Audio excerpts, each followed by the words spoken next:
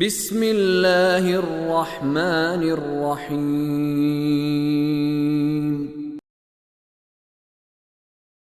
جنات عدن يدخلونها يحلون فيها من أساور من ذهب ولؤلؤا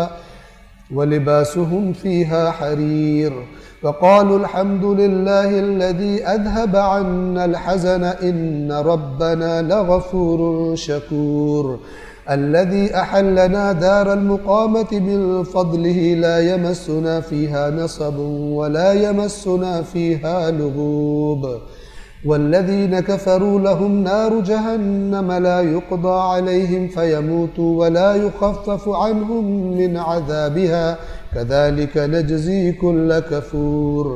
فهم يصطرخون فيها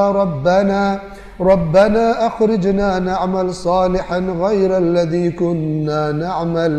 أولم نعمركم ما يتذكر فيه من تذكر وجاءكم النذير فذوقوا فما للظالمین من نصیر۔ اب ان اچھوں اور بروں کے دونوں گروپس کا اجر بیان کیا جا رہا ہے، توجہ فرمائیں۔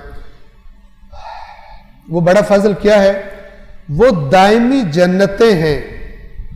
جن میں یہ داخل ہوں گے، وہاں انہیں سونے کے کنگن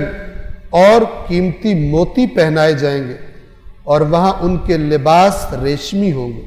یہ جن چیزوں کا نام لیا ہے عربوں کے لیے یہ پیک کی چیزیں تھیں۔ یہ جو امیر ترین لوگ اور بادشاہ اس زمانے میں جو یوز کرتے تھے، عربوں کے لیے وہ لفظ یوز ہوا ہے۔ آپ اس میں گاڑیاں رکھ لیں، آپ اس میں اپنے ہوائی جہاز رکھ لیں، جو مرضی آپ کا دل چاہے اس کی جگہ پر فٹ کر لیں، چونکہ اس کے اندر آتا ہے لَهُمْ مَا يَشَاءُونَ عِنْدَ رَبِّهِمْ،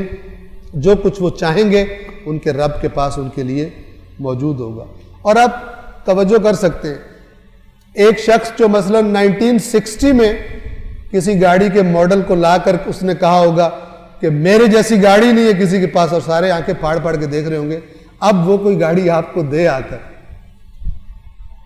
تو آپ کہیں گے ٹھیک ہے، اس کو کسی اینٹیک پہ کھڑا کر کے عجائب گھر بنا کے ٹکٹ لگا دو، بیٹھنے والی گاڑی یہ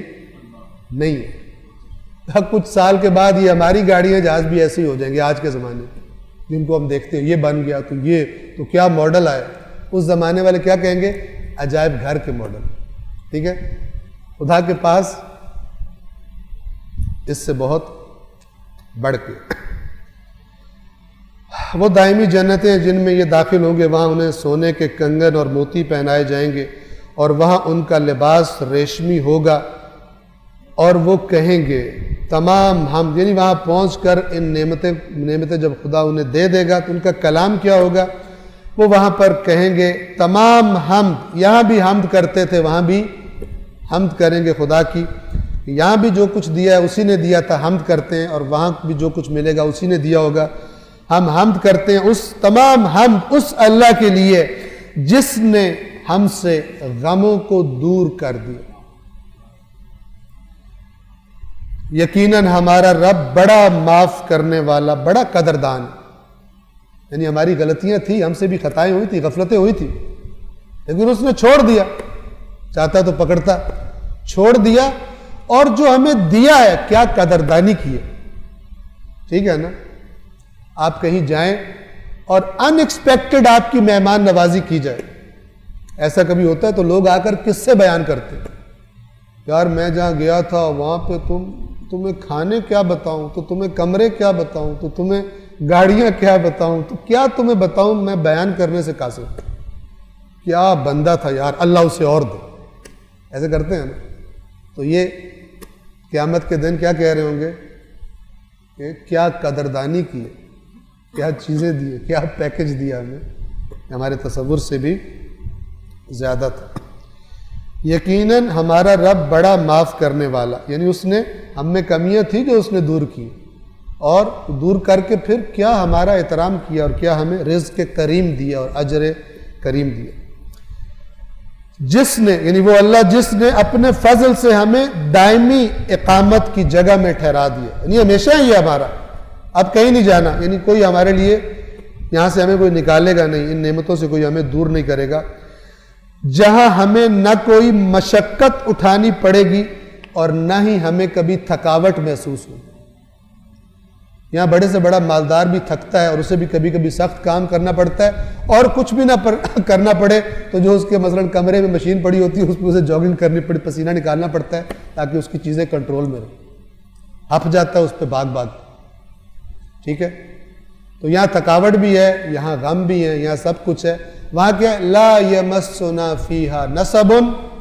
نہ ہمیں یہاں کوئی مشقت اٹھانی ہے، ولا یمسنا فیہا لغوب، نہ ہمیں کوئی تھکاوٹ یہاں فیل ہوتی، فریش ہوتے ہیں ہر وقت، نہ ہمیں یہاں کوئی مشقت اور نہ تھکاوٹ لاحق ہو۔ دوسرا گروپ، اور جنہوں نے کفر اختیار کیا، یعنی جنہوں نے اللہ کی یہ باتیں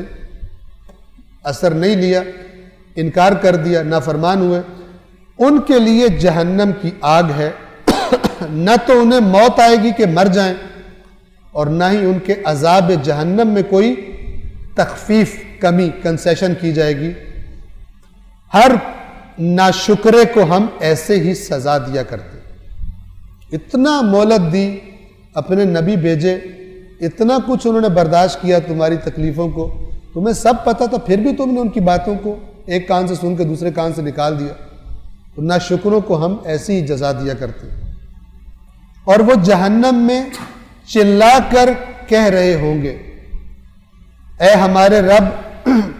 ہمیں اس جگہ سے نکال، ہم نیک عمل کریں گے برخلاف ان کاموں کے جو ہم پہلے کرتے رہے دنیا، اب وہ نہیں کریں گے، اب ہم اپنی روش چینج کر دیں گے، اب ہمیں سمجھ آ گئی۔ جواب ملے گا، کیا ہم نے تمہیں اتنی زندگی عمر نہیں دی تھی جس میں نصیحت حاصل کرنے والا نصیحت حاصل کر سکتا تھا؟ بہت مہلت تھی تمہارے پاس، جبکہ تمہارے پاس خبردار کرنے والا بھی آیا تھا، تو اب اس کا ذائقہ چکھو کہ ظالموں کا کوئی مددگار نہیں، یعنی یہاں تمہاری کوئی مدد کو نہیں آئے گا۔ صدق اللہ العلی